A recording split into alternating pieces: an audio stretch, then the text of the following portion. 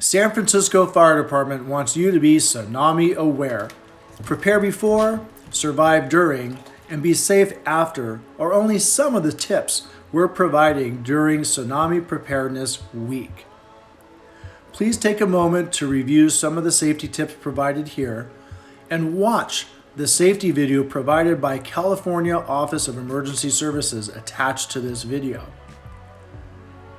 A few minutes of your time could help alleviate injury, property damage, and may save your life.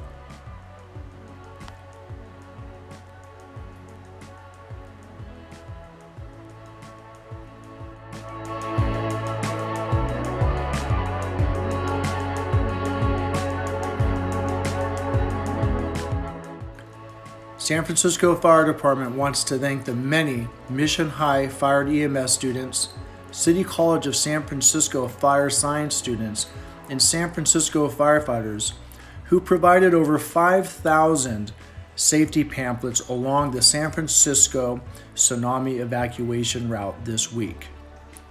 We are committed to your safety. We are your San Francisco Fire Department.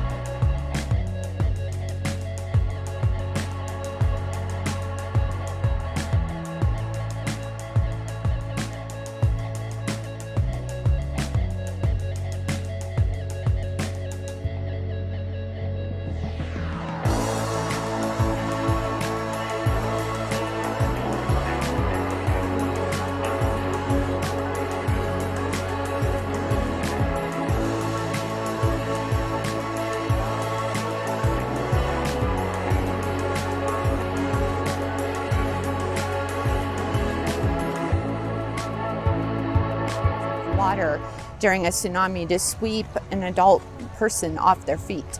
Rule number 1, if you live in California, be prepared for all types of natural disasters. That includes tsunamis. Just be conscious of your surroundings.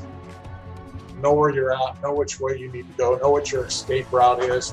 Jerry Hemmingson has lived in Crescent City his entire life and experienced the power of a tsunami firsthand, including the devastating 1964 tsunami that killed 10 people, destroyed 54 homes, and caused $16 million in damage.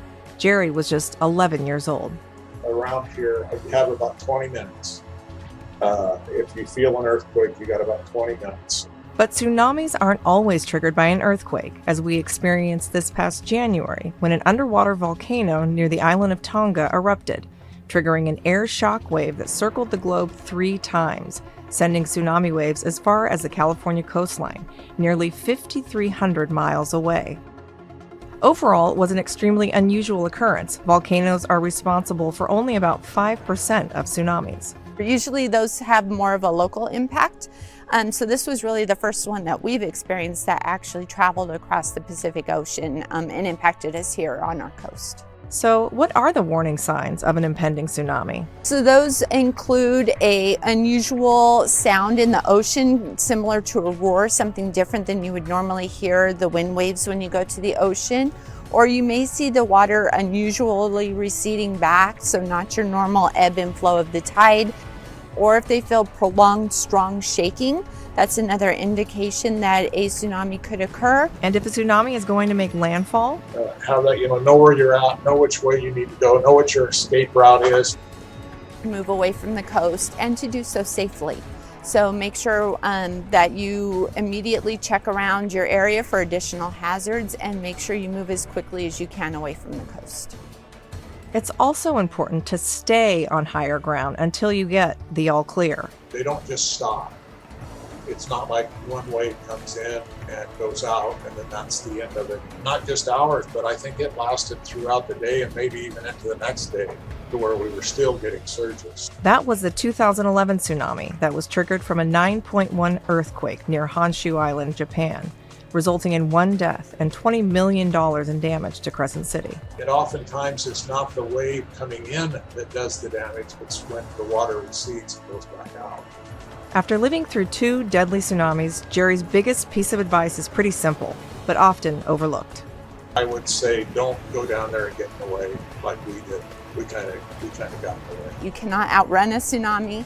So again, if you move down to the water and see one coming, it's going to be too late. You're not going to be able to outrun it. For more information on tsunami preparedness, go to news.caloes.ca.gov and follow us on all our social media platforms.